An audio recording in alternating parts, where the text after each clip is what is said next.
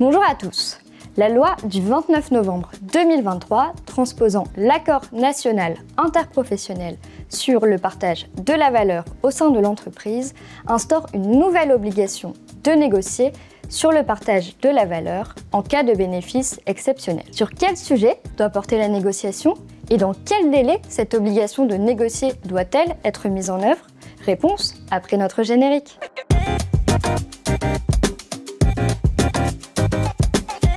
Cette obligation s'applique aux entreprises d'au moins 50 salariés dotées d'au moins un délégué syndical.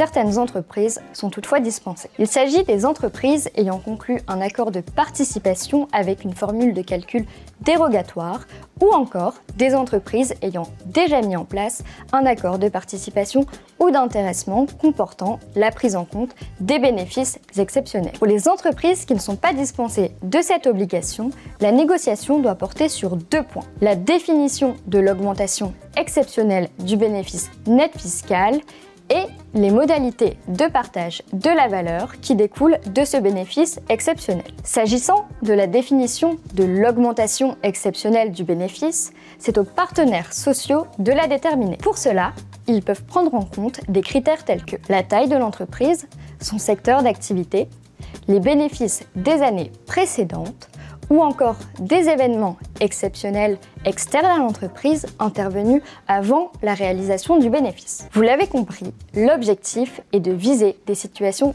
très spécifiques, exceptionnelles, qui ne se réalisent pas tous les ans. Par exemple, à périmètre égal, le bénéfice réalisé au cours d'un exercice augmente de X% par rapport au bénéfice réalisé au cours de l'exercice précédent, et cette augmentation est liée à un ou plusieurs événements exceptionnels externes à l'entreprise intervenus avant la réalisation du bénéfice, tels que l'évolution du coût d'une matière première. Pour ce qui concerne les modalités du partage de la valeur, les partenaires sociaux ont le choix entre deux solutions. Première solution, l'entreprise s'engage, en cas de bénéfice exceptionnel, à verser un supplément de participation ou un supplément d'intéressement. Deuxième solution, l'entreprise s'engage à ouvrir une autre négociation. Il peut s'agir d'une négociation pour conclure un accord d'intéressement si elle n'en a pas. Il peut s'agir également d'ouvrir une négociation pour verser un supplément d'intéressement ou de participation. La négociation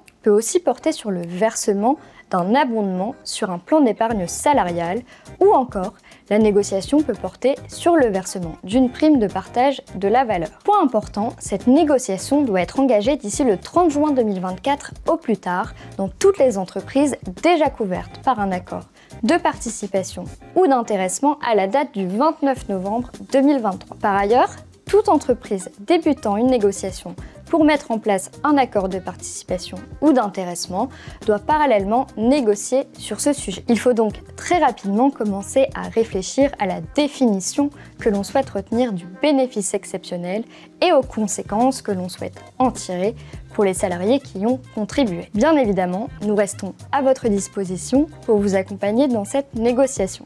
À très bientôt!